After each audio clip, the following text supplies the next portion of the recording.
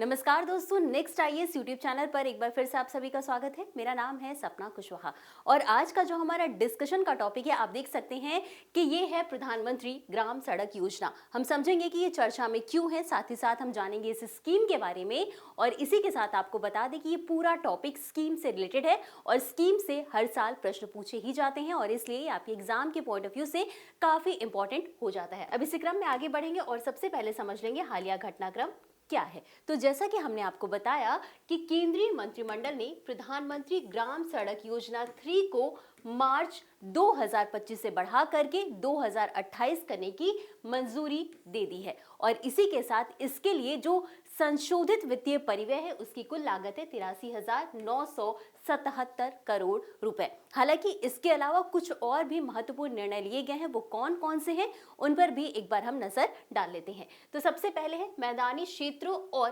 पहाड़ी क्षेत्रों में सड़क निर्माण के कार्य को पूरा करने की भी समय सीमा बढ़ा दी गई है और इसे बढ़ाकर मार्च 2028 कर दिया गया है। इसके अलावा पहाड़ी क्षेत्रों की बात करें तो पहाड़ी क्षेत्रों में पुलों के निर्माण की जो समय सीमा थी उसको भी बढ़ा करके मार्च 2029 कर दिया गया है। और एक और बात कि पहले से जो स्वीकृत सड़कों के मार्ग पर आने वाले जो पुल थे उनकी भी संख्या बढ़ा करके 161 कर दिया गया, यानी कि 161 नए लंबे पुलों के निर्माण की भी मंजूरी दे दी गई है और इसके लिए जो कुल लागत है वो कितनी है 961 करोड़ रुपए।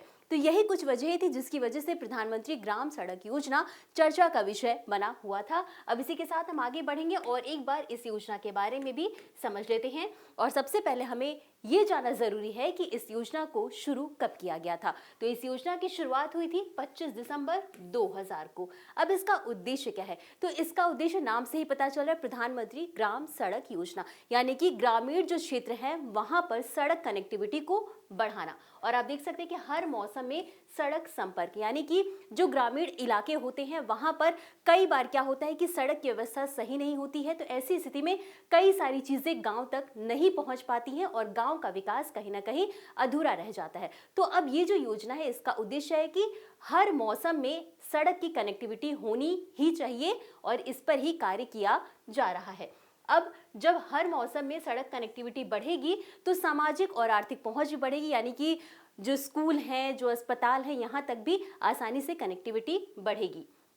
अब जब निर्माण कार्य होगा तो इससे रोजगार भी सृजन होगा, यानी कि जो सड़क है उसके निर्माण कार्य में जब लोग लगेंगे तो लोगों को रोजगार भी मिलेगा। इसके अलावा ग्रामीण अर्थव्यवस्था और व्यापार को भी बढ़ावा मिलेगा। कैसे? कि कई बार क्या होता है कि किसान के पास फसल होती है, वो मार्केट तक ले जाने में उन्हें कई तरीके की समस्याओं का सामना करना पड़ता है और कई बार सड़क से जो है कि शहर तक न जा पाने के कारण उन्हें अपनी फसल का नुकसान भी भरना पड़ता है। अब ऐसे में क्या होगा कि अगर सड़क कनेक्टिविटी सही तरीके से हो जाती है तो किसानों को लाभ होगा और जाहिर सी बात है जब उनके आय के स्रोत बढ़ेंगे तो अर्थव्यवस्था का भी विकास होगा। अब इतना समझने के बाद अब आगे बढ़ेंगे और ये समझेंगे कि इनकी कार्यान्वयन एजेंसी क्या है। तो इनकी कार्यान्वयन एजेंसी जो है वो कई स्तरों से होकर के गुजरती है। तो सबसे पहले हम बात करेंगे राज्य सरकार और केंद्र शासित प्रदेश की।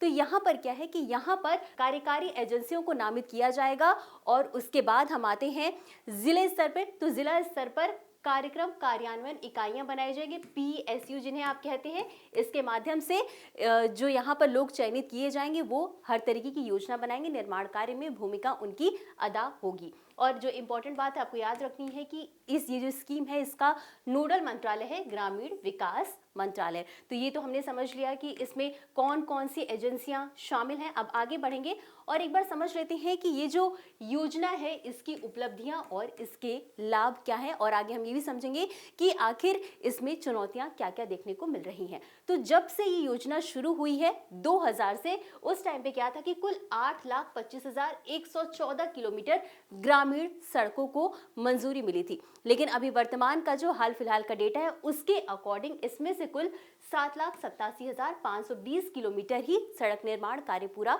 हुआ है, कुछ अभी बाकी है। और इसी के साथ आर्थिक प्रभाव की हमने बात कर ली कि जब ये कनेक्टिविटी पूरी हो जाएगी तो किसान जो है वो अपने फसल को बाजार में पहुंचा सकेंगे और इसी के साथ साथ और भी कई विकास कार्य हैं जो ग्रामीण एरिया तक पहुंच पाएंगे। रोजगार सृजन हमने आपको बताया ही कि इसके माध्यम से रोजगार सृजन होगा और लोगों को स्थायी और अस्थायी रूप से रोजगार मिलेंगे। हालांकि इसमें कुछ चुनौतियां भी देखने को मिल रही हैं, कुछ वजहें हैं जिनकी वजह से अभी भी जो लक्ष्य रखा गया था उनकी पूर्ति नहीं हुई है। तो सबसे पहला है दीर्घकालिक रखरखाव।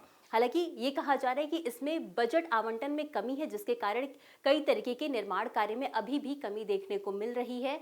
और साथ ही साथ प्राकृतिक आपदाएं जैसे कि आपका बाढ़ हो गया, इन सब से क्या होता है कि सड़कों को काफी नुकसान पहुंचता है, सड़कें टूट जाती हैं। तो ये भी एक कारण है जिसकी वजह से इसमें चुनौती देखने को मिल रही है। इसके अलावा कनेक्टिविटी की भी कमी है, यानी कि सड़कों के निर्माण कार्य के लिए ग्रामीण एरिया तक जो भी सड़क निर्माण के लिए चीजें पहुंचाई जानी है वो कनेक्टिविटी की कमी की वजह से पूरी तरीके से नहीं पहुंच पा रही है। तो ये कुछ रीजन है जिनकी वजह से सड़क निर्माण में चुनौतियां देखने को मिल रही हैं। और यही था आज का हमारा पूरा डिस्कशन का टॉपिक। इसी क्रम में हम आगे बढ़ेंगे और देख लेंगे इससे संबंधित एक अभ्यास प्रश्न को, जिसका उत्तर आपको हमेशा की तरह कमेंट बॉक्स में देना है।